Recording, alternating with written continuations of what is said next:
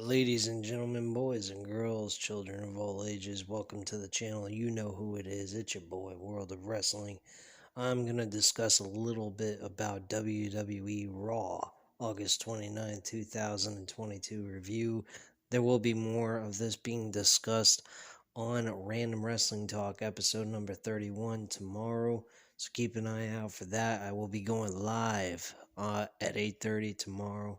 So we'll be discussing a little bit more about Raw, but I just want to touch a little bit about what took place here tonight. This was actually a decent show despite the ending. The ending of the show absolutely sucked. I don't even know why they had a women's tag team tournament where the top tag team, such as Dakota Kai and Io Sky, are not winning the tournament. Instead, they had Aaliyah and Raquel Rodriguez win the tag team titles. This made absolutely no sense to me whatsoever, and for it to be in the main event made no sense either because Kevin Owens and Jey Uso had an amazing matchup and a very good promo job by both parties, both the Bloodline and Kevin Owens all together. All four of them did an excellent job. Sami Zayn being very cautious about turning on Kevin Owens, but at the same time he was trying to show loyalty to the Bloodline, but was unable to at the end of all this. So, I mean, that truthfully should have been the ending of the show, not the women's tag team titles, because the tag team titles did not go to the right team anyway. And there was no cliffhanger whatsoever. The way Kevin Owens and the Bloodline ended was more of a cliffhanger than anything else on this entire show.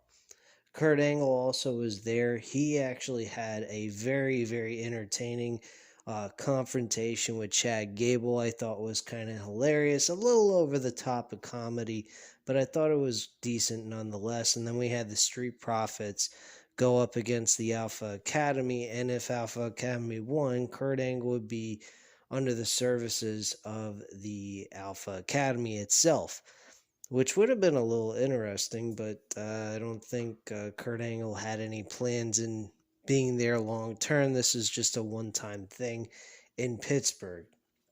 Speaking of Pittsburgh, man, that fucking crowd absolutely sucked. I really could not stand that crowd.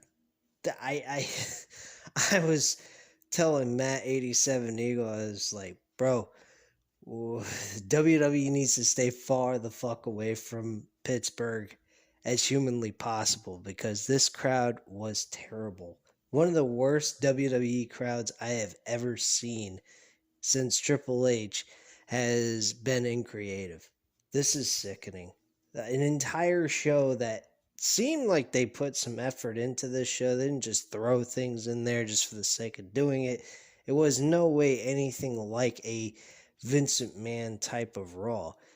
It was kind of, had its hits and misses, but it did a lot of good as well as bad.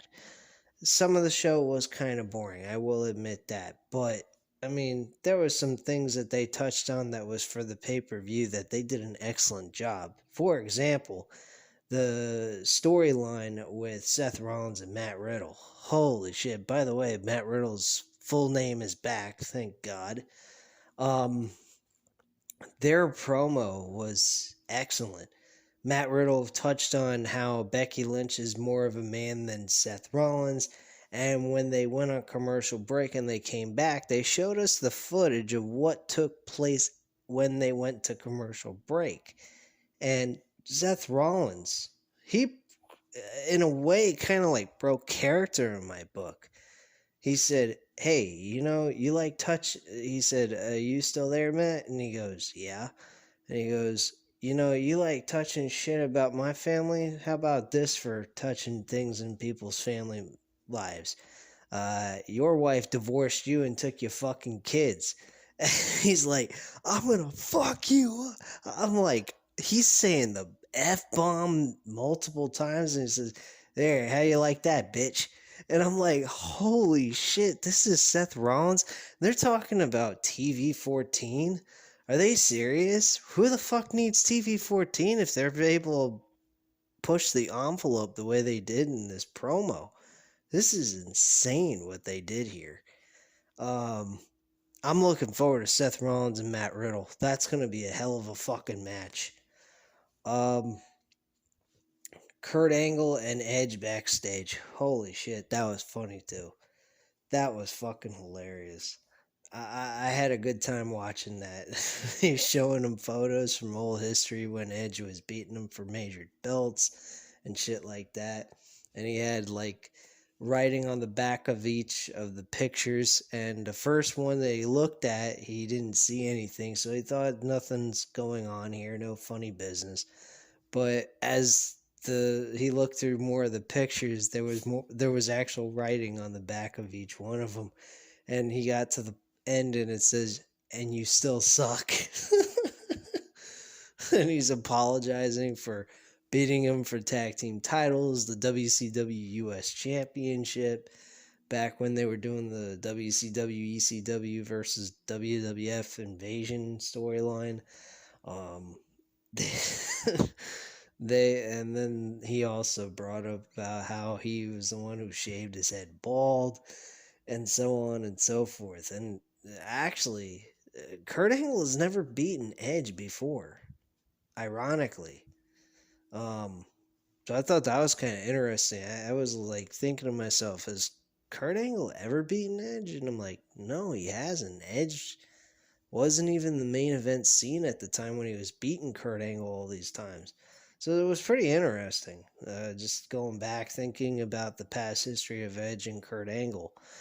But yeah, Kurt Angle had some good segments on the show. They were funny, they were humorous, they were effective. I mean, he ain't gonna do anything, that has anything to do with some really big, important storyline. But at the end of the day, they utilized him in the best way they could, I think. He wasn't a joke. He wasn't just used for 5 seconds and then that was the end of him. He was actually utilized correctly to be effective and make his time worth being there anyway in the first place. So I think WWE did a good job with that. I think what they did with Trish Stratus last week was even better. She was getting involved with Bayley and her group. So I think they did an excellent job with Trish Stratus last week. Another thing to touch on, Edge made an appearance. He showed up in the beginning of the show after Finn Balor and Damian Priest beat Dolph Ziggler and AJ Styles. I believe it was Damian Priest hitting the South of Heaven and hitting the chokeslam and getting the pinfall on Dolph Ziggler. Afterwards, there was a weird situation that took place. Edge introduced Rey Mysterio and Dominic Mysterio. They were helping him out, and they were attacking the Judgment Day with kendo sticks. So Rey Mysterio and Dominic Mysterio is in the middle of the ring with the kendo stick with Rhea Ripley. And for some strange reason, he did not attack her with the kendo stick. She didn't look like she was trying to, attack him, but he had an opportunity to wail the crap out of her and he refused to. He actually gave her the kendo stick, which made no fucking sense to me. But I found that to be a little odd and deranged, but I think there's a bigger story being told here because during the Kurt Angle Edge segment, Dominic Mysterio was a little disappointed that his father didn't want him as his tag team partner against Judgment Day. So he was a little upset by that. This could lead to Dominic Mysterio turning on Edge and Rey Mysterio during this tag team match at the Clash of the Castle on Saturday. So keep an eye out for that because I think Dominic Mysterio is going to become a heel. So that's just my viewpoint on that. Uh, so this is just going to be a brief little review. If you guys did enjoy this, go ahead and hit the like button, hit the subscribe button if you're not already subscribed to the channel, and leave a comment down below. Well, I'll go into a full review tomorrow on Random Wrestling Talk, episode number 31. We'll also discuss more about Tony Khan and AEW. So those are the two big things that we'll be discussing tomorrow on episode number 31 for Random Wrestling Talk. Anyway, guys, again, hit that like button if you liked the video, hit the subscribe button if you're not already subscribed to the channel, and leave a comment down below, and I'll definitely get back to you on that. And I thank you guys very much for watching. Have a great night, guys. Bye.